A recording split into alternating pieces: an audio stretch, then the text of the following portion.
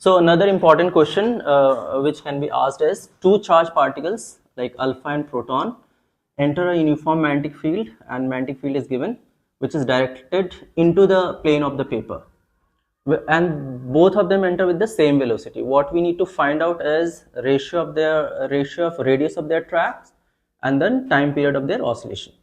So since magnetic field is directed into the plane of the paper, it can be drawn like this.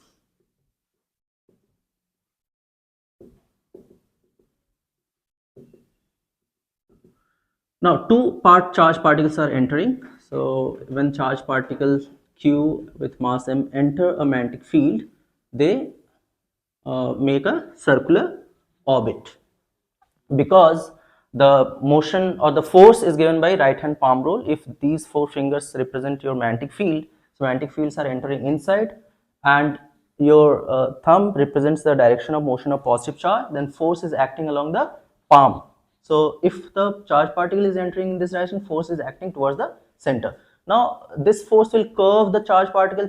As charge particle moves to this point, the force is acting along this. Now you see the force is always acting along the center, so there is centripetal force acting on the charge particle, which will make the charge particle move in a circle.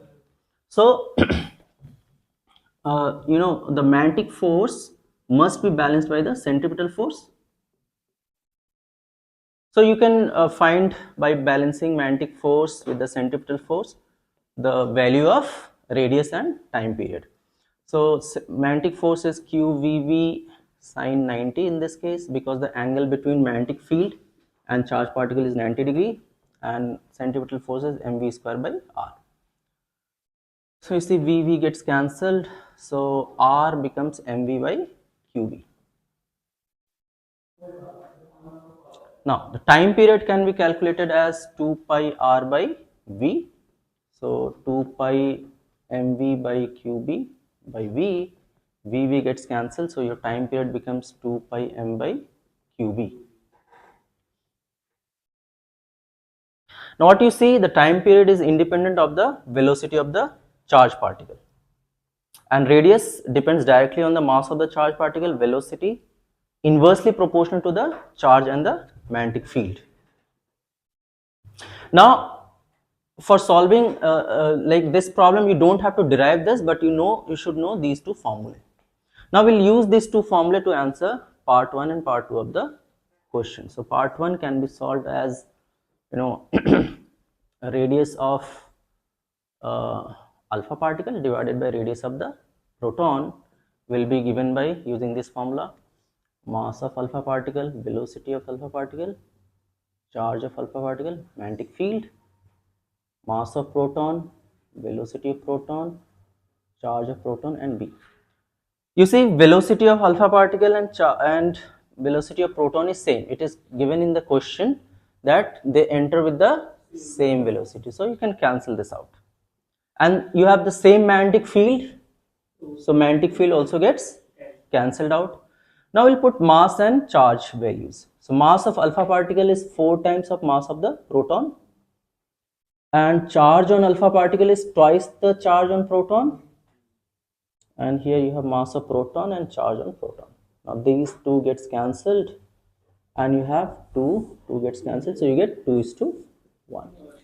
So radius of alpha particle to the radius of proton is 2:1. They are in ratio of 2:1.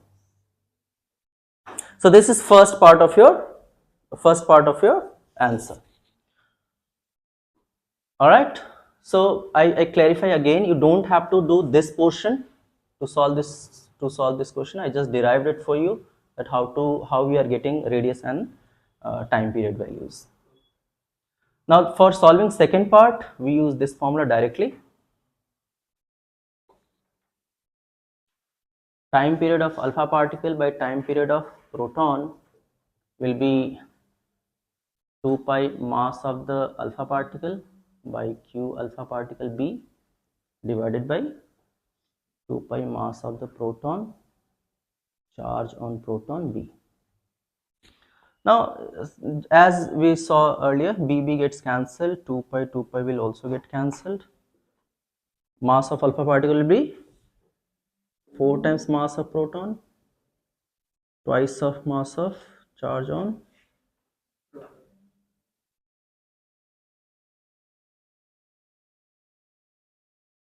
in this case also we are getting 2:1. So time period is also similar as like similar to the ratio of the radius. Why it is same? Because both the is radius ratio is 2:1 and they are moving with same velocity, they should take time in the same ratio. So yeah, this is important. So in this question, a charged particle enters a magnetic field V, making an angle theta with the with it, um, with an initial velocity, let's say B, with velocity u. What we need to find out: the nature of the track, radius of the track, pitch, and time period. So let us assume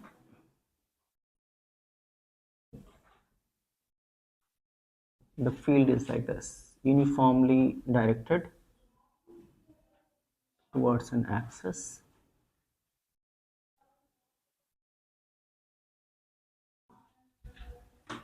Charged particle is entering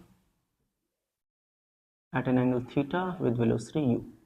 So it has got two components, u cos theta, you call it u horizontal, and u vertical, which is u sin theta. This vertical component will make the charged particle move in a circle, while horizontal component will have no force acting on it. So if no force is acting on the horizontal component, it will take the charged particle in the forward direction. So circular as well as forward. So if the particle is moving in circular orbit, it is also going in forward direction. So overall motion will be circular and forward, which will be helical. So the track would look like this.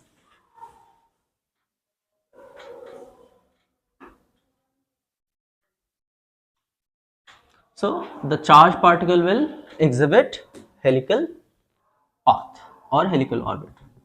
So answer is answer of the first part will be the charged particle would exhibit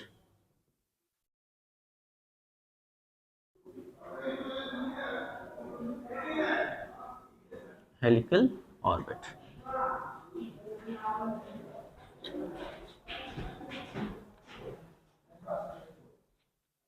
Now we go to the next portion. Now the radius of the track can be obtained using this formula, mv by qb.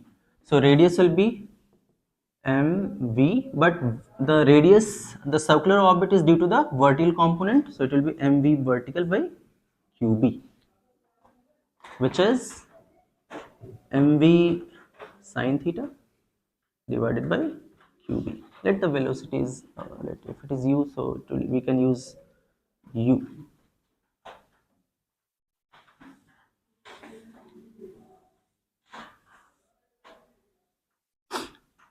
If we solve the time period is given by this formula, 2 pi m by qb.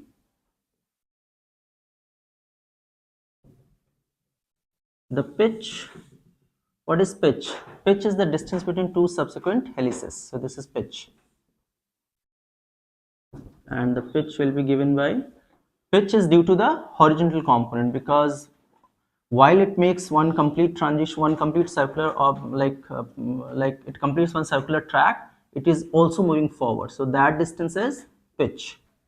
The pitch will be v horizontal into time periods. So v cos theta into time period is 2 pi m by qb. So this is your pitch.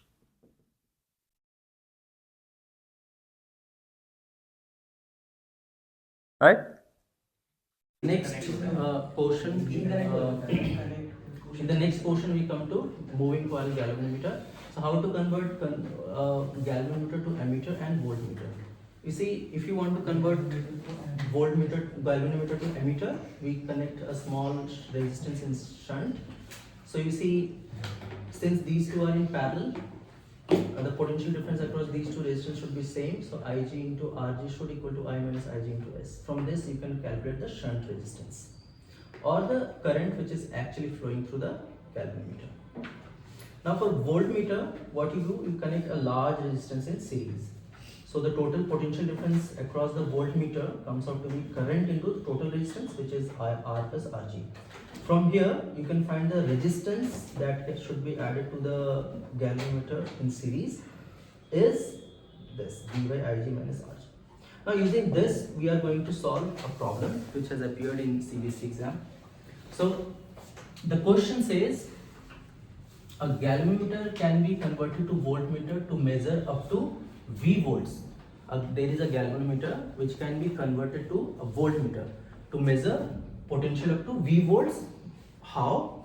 By connecting a resistance of 2000 in series. So you are converting a galvanometer to voltmeter by adding a resistance of 2000 ohm in series. That means 2000 ohm is this. You already have your galvanometer and its resistance. You are adding 2000 ohms in series with it. Now the same galvanometer can be made to read up to 2V potential difference by adding a resistance of 5000 in series. So this 5000 is again this R. So you disconnect it, you add another 5000 resistance. Now this galvanometer is now ready to measure up to 2V. Now the question says it wants to measure up to V by 2 only. So how much is the resistance that you want to add? Okay, so what we are going to do, we are going to use this formula. The resistance that should be added in series is V by Ig minus Rg. V is the potential that you want to measure. So for the first case, V is the potential and how much is the resistance you are going to add? 2000. So 2000 equal to V by Ig minus Rg. In second case, you want to measure 2V. 2V by Ig minus Rg is equal to 5000. 5000 is the resistance. Now if you subtract this Rg gets cancelled and you have minus 3000 equal to minus V by Ig. Minus minus gets cancelled, you have V by Ig equal to 3000. Now using this we can find the resistance of the galvanometer. So let us put 3 in equation 1. So 2000 equal to 3000, V by Ig is 3000, you see V by Ig is 3000 minus Rg. So you take Rg to the left hand side, 2000 to the right hand side, so Rg becomes 1000 ohm. So the resistance of the galvanometer is 1000 ohm. Now we want to find out what should be the external resistance that you want to add in series so that your galvanometer reads V by 2. So R equal to V by 2 by Ig minus Rg. Rg is already 1000, V by Ig is 3000. So divide by 2, 1500 minus 1000. So external resistance required is 500 ohm. So the same galvanometer would read V by 2 if you add 500 ohms of resistance in series. So you see, galvanometer can be, its range can be changed by just changing the external resistance. If it is 2000 ohm, it reads V. If it is 5000 ohm, it reads 2V. If it is 500 ohm, it reads V by 2. So increasing the external resistance increases its range. Decreasing the external resistance decreases its range. Okay, so that is important concept. If you want to increase range, you need to increase resistance. If you want to decrease, you need to decrease external resistance. So a question on ammeter, it looks like this. An ammeter of resistance 0.80 ohms can measure currents up to 1 ampere. We want to convert this ammeter so that it reads up to 5 ampere. So we need to find the shunt resistance required, which can make it read up to 5 ampere. The second part says after you have converted into an ammeter of 5 ampere, which can read up to 5 ampere, what is the combined resistance of the ammeter? So let us solve it first one. We know that current in the galvanometer or the shunt resistance formula. What is shunt resistance formula? Or resistance of the shunt. So we just did in the last slide. It is Ig minus I minus Ig into RG. This is the shunt resistance formula. Now,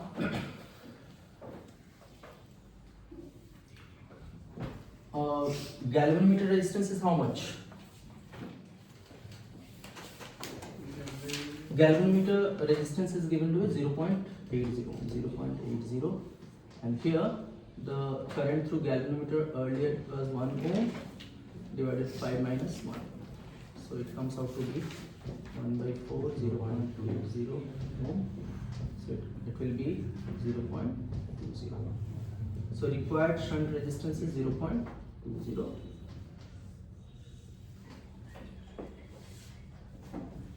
So you see the shunt resistance that you require is. Let me add a portion to it.